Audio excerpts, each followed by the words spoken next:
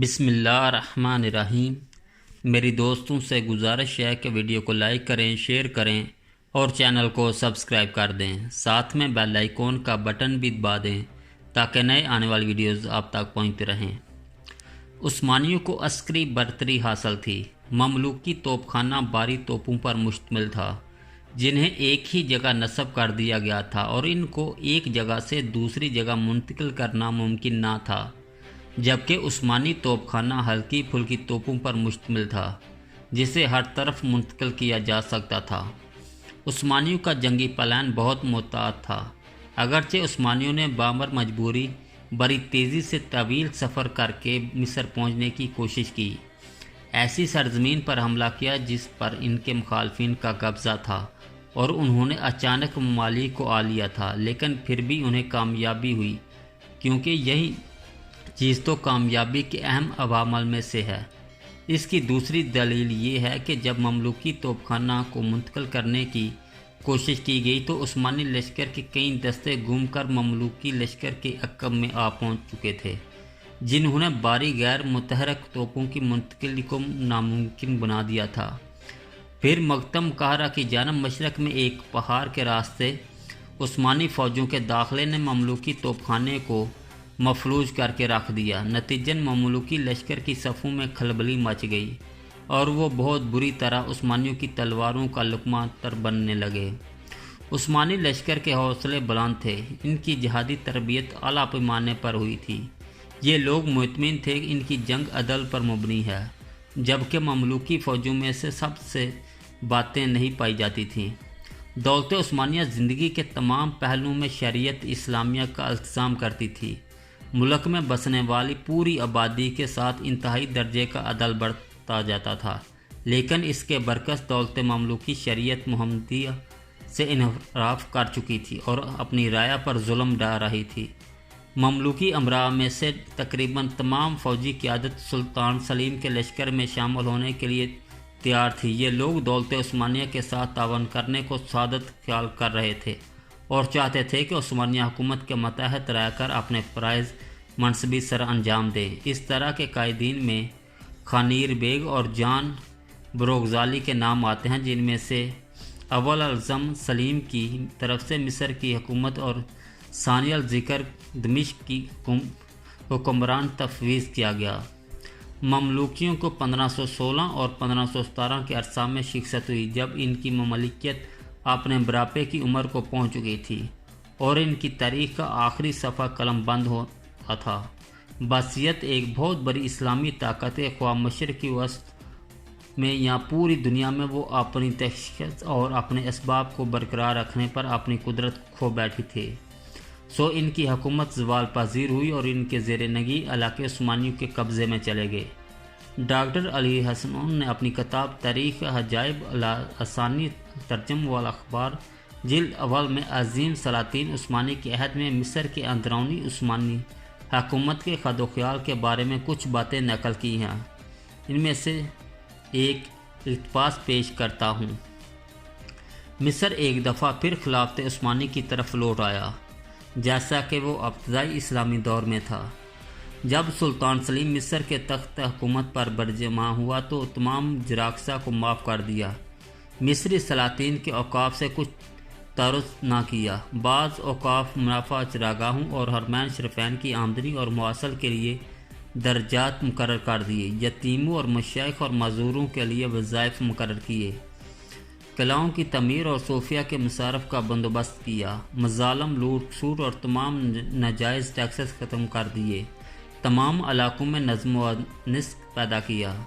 جب سلطان سلیم اول فوت ہوا تو ان کا بیٹا غازی سلطان سلیمان علیہ رحمۃ اللہ رضوان تخت نشین ہوا، جنہوں نے بہترین اصول حکمرانی کی بنیاد رکھی، اعلیٰ مقاصد کی تکمیل کی، ملک کے تمام علاقوں میں نظم و نسق پیدا کیا، اندھیروں کو مٹایا، دین کے مینار کو بلند کیا، کافروں کی آگ کو بسم کیا، تمام علاقے ان کی سلک حکومت میں پوری طرح منظم رہے۔ ان کے حکومت کے پابند اپنے ابتدائی دور حکومت میں خلفاء راشدین کے بعد ملتے عثمانیہ کے امور کو سب سے بہترین انداز میں سر انجام دینے والے، دین کے سب سے زیادہ محافظ اور مشرکین کے خلاف سب سے زیادہ جہاد کرنے والے تھے، اس لیے ان کے محروسہ مملکت اور حدود دور دور تک جا پہنچی، کیونکہ اللہ کریم نے ان کے خلفاء کے ہاتھوں بہت سارے علاقے فتح فرما دیے۔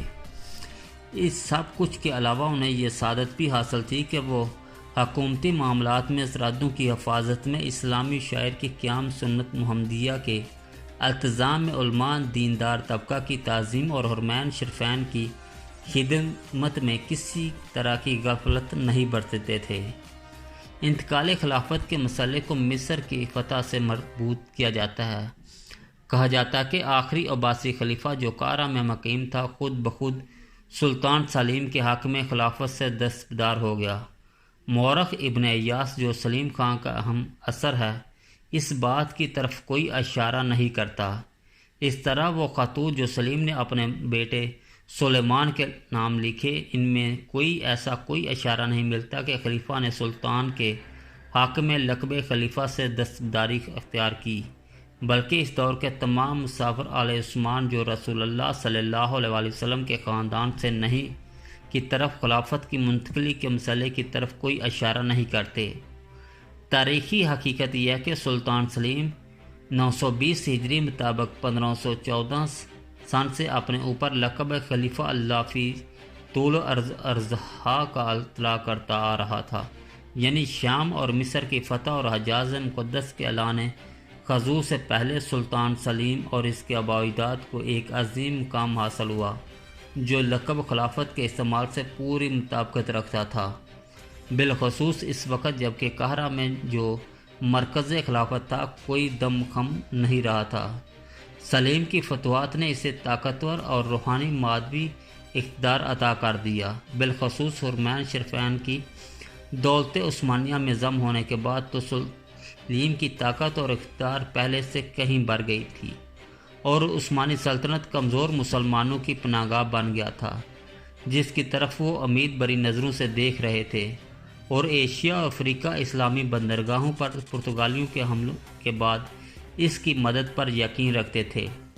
الغرض سلطان سلیم اور ان کے بعد آنے والے کسی بھی طاقتور سلطان نے خلیفہ کے لقب کو اختیار نہیں کیا، بلکہ یہ سلطنت کمزور ہو گئی تو پھر اس کے سلاطین نے اس لقب کو استعمال کیا۔ مملوکی سلطنت کے خاتمے کے پیچھے بہت سے عوامل کار فرما تھے، جن میں سے اہم یہ ہیں۔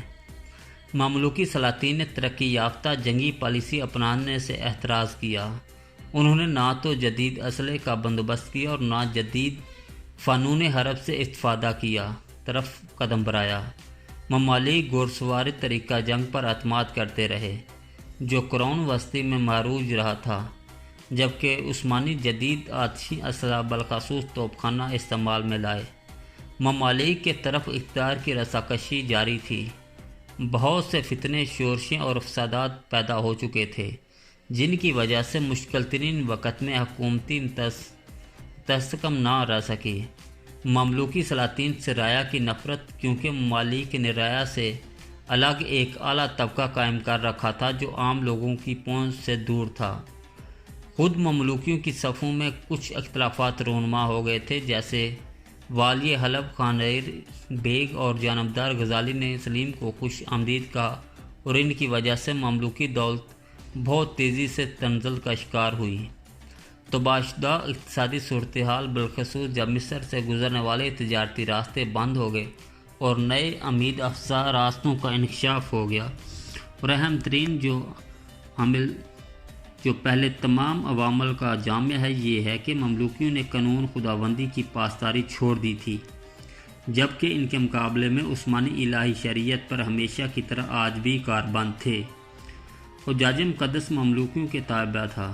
جب شریف مکہ برکات محمد بن محمد کو معلوم ہوا کہ سلطان غوری اور اس کا نائب تومان بھائی قتل ہو چکے ہیں تو انہوں نے فوراً سلطان سلیم اول کی عطیت قبول کر لی اور کعبہ شریف کی چابیاں بعض تبرکات کے ان کے حوالے کر دیں۔ سلطان نے شریف حجاز برکات کو اپنے منصب پر باقی رکھا اور انہیں وسیع اختیار تفویض کیے، اور اس طرح سلطان سلیم کو حرمین شریفین کے خادم ہونے کی سعادت بھی حاصل ہو گئی۔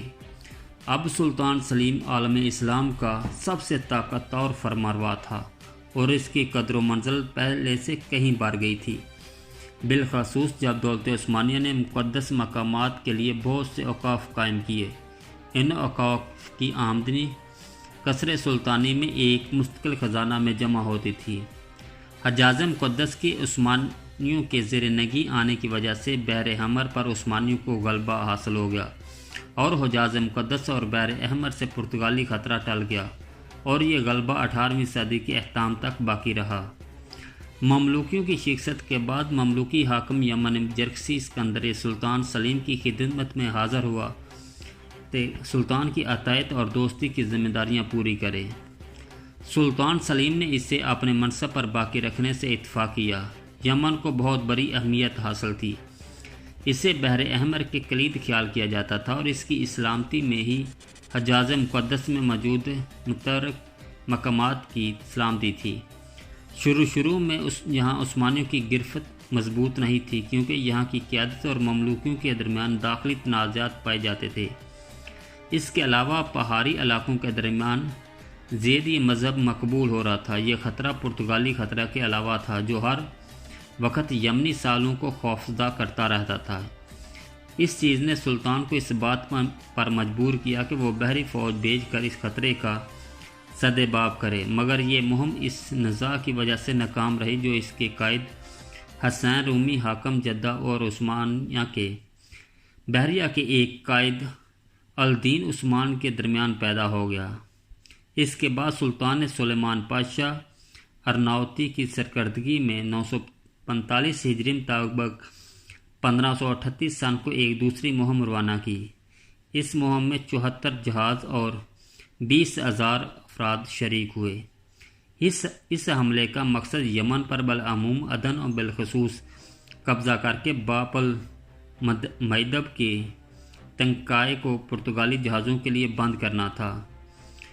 عثمانی عدن میں 946 ہجری مطابق 1539 کو داخل ہوئے، 952 ہجری مطابق 1545 سن کو تگر، جبکہ 954 ہجری مطابق 1547 کو صنع ان کے ہاتھوں سے نکل گیا۔ سلیمان پاشا نے اپنی بحریہ کے ساتھ پیش قدمی کی تاکہ خضر موت جو واقعہ بعض عربی بندرگاہوں پر قبضہ کرے، جن میں سے الشہر اور مکلا خاص طور پر قابل ذکر ہیں، اور 1557 کو بحر احمر کے مغربی جانب پر واقع حبشہ، سواکن اور مصو کے ساحلوں کو تاراج کیا۔ یمن عثمانی فرمانروائی کے پورے عرصہ 1538 تا 1635 میں عثمانیوں زید یہ اماموں کے درمیان جنگ کا اکھاڑا بنا رہا۔ عثمانیوں کو یمن پر حقیقی قبضہ حاصل نہ ہو سکا، کیونکہ یہاں مقاومت کی تحریک کا ہمیشہ ان کو سامنا رہا۔